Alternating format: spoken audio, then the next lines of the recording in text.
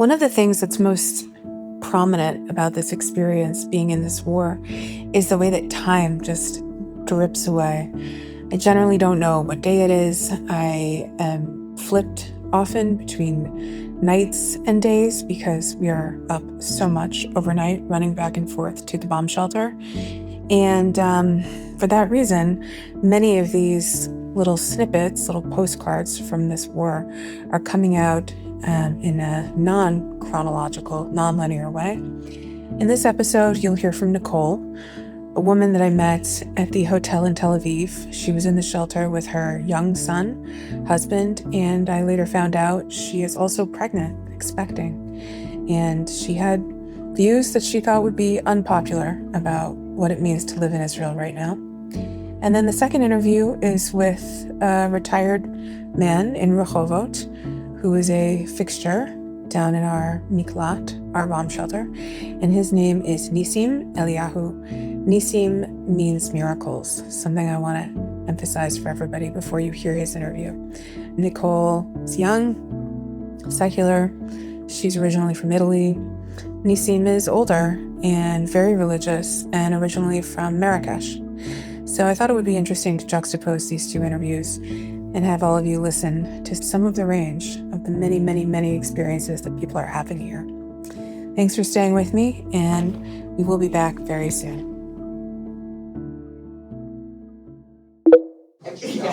Okay, so we are back for round 2 or 3. This is the third one. I don't count, honestly. Okay, so nobody knows what day it is or what time it is because we're all in this situation.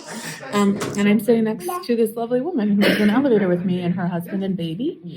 Can you tell me who you are? My name is Nicole. Nicole? I'm from Italy. You're from Italy? Yeah, I've been living in Israel already 7 years. Okay. Yeah. And we live in Tel Aviv, but as many places in Tel Aviv, we don't have a mamad at home. So we came to a safer place, and especially with a small baby, we prefer to be safer. So you live a few kilometers from here, but you're renting at the hotel, so you have access to a better shelter. Literally, yeah. What part of Italy are you from? Sorry? What part of Italy are you from? I'm from Rome. Why did you move to Israel? Zionism. Like when I moved there, I was already 30 years old. And how old are you now? 37. Oh, you're 37. Yeah. And like Italy can be also a very suffocating place. Mm-hmm. There is not a lot of job and stuff. Plus, I'm Jewish. I always felt connected to this land. So here's something that I like to ask people. You've lived through a really long 3 years now. Totally. Kind of insane, right? If you had known, would you still have come here? I will be unpopular, but probably no. Okay. Yeah. Honestly, and now that I have him, that he starts to be more conscious of things, it's hard for me to think, how am I going to explain this to him? How am I going to bring him to shelter when him not getting panicked, him not getting the famous PTSD, that many people, not only army people have.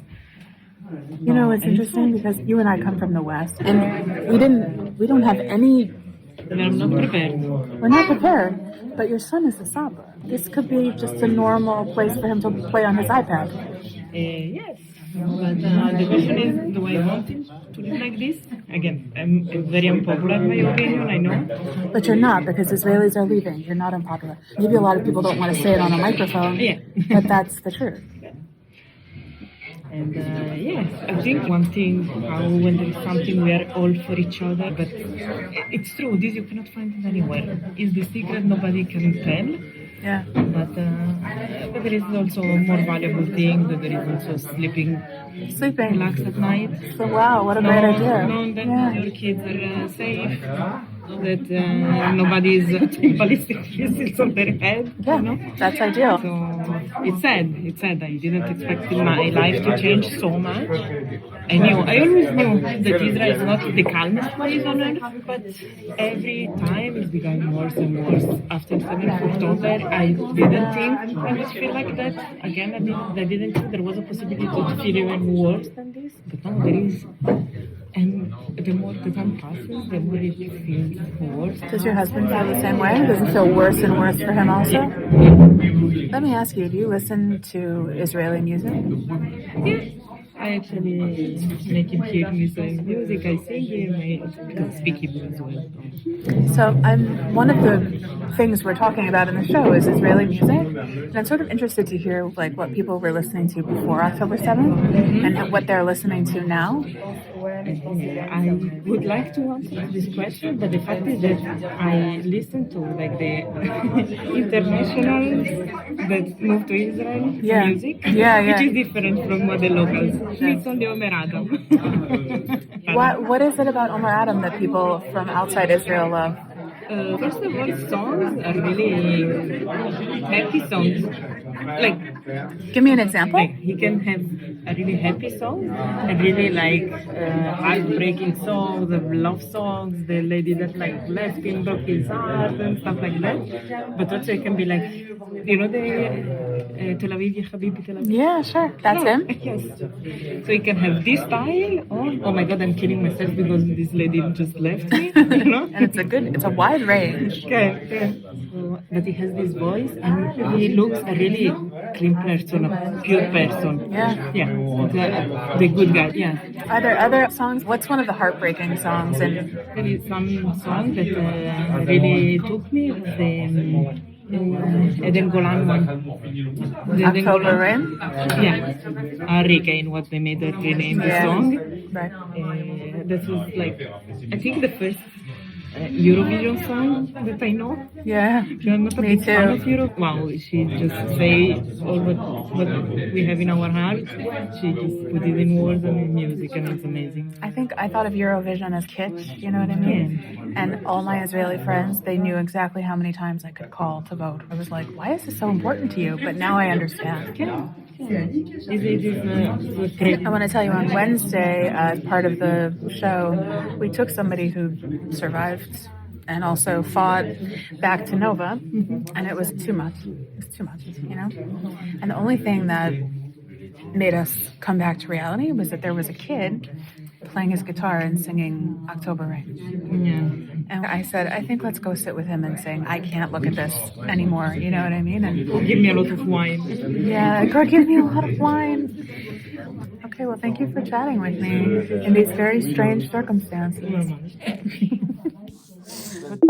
So it is March 3rd, Purim Day. We are in the Miklat, the shelter of this building in Rehovot, and I am sitting here with Nissim, who I found in the elevator. Nissim, tell me who you are and what you do here. I'm a pensioner. So you're retired? Retired for about 4 years. We are very intensive help to our grandchildren. We are going there. You're very active grandparents. Especially because our sons are in the reserve army nowadays. No, that's all. So their wives need help with the grandchildren? Because they are in the service, Miluim. Right. Yes. I want to ask you how you're feeling right now, being in the shelter when the sirens go off and we're reading Megillah. I don't care. You don't care? Do you feel afraid? No, of course not. Did you feel afraid on October 7th? No. I was in the army about 28 years, and in Kravi. Combat. In combat service, yes. I don't care. So you don't feel fear? No. What unit were you in when you were in combat? Nachal, Golani? The last 20 years I was in a paratrooper regiment. Paratrooper regiment, yeah. And the first service was יחידת סיור, איך נקרא לזה? Mandatory service. Mandatory service, the first 3 years? Yes. And what did you do in that service? מה עשית ביחידת סיור?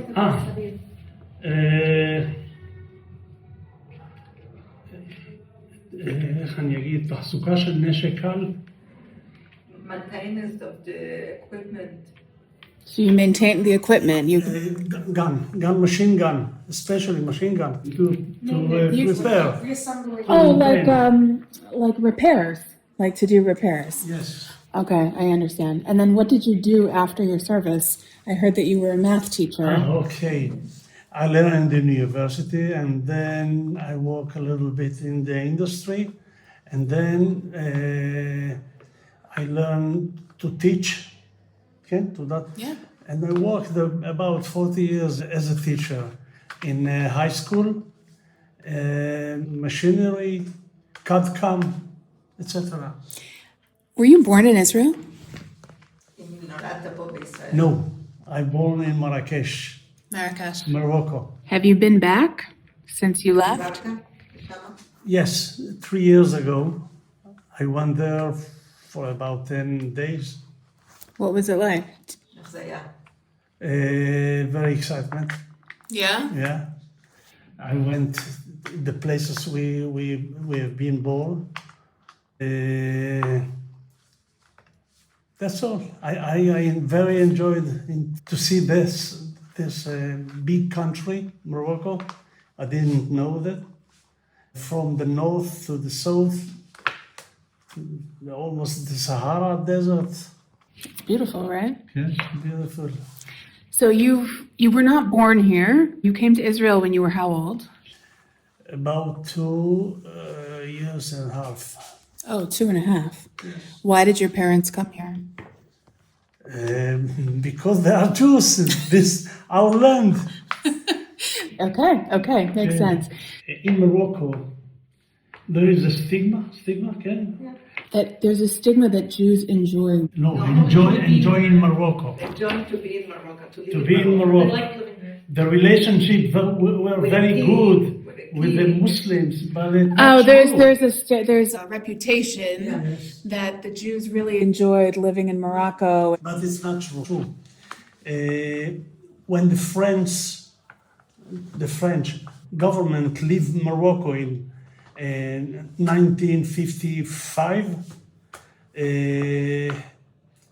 the Muslims do pogroming. Yeah, pogroms. In the Jews. Then we tried to live there in 56. April 56, we lived there. And they left everything, just The clothes on their back they came with. Yes, and ran away from the pogrom of the Muslims. So in Israel, they start from the beginning.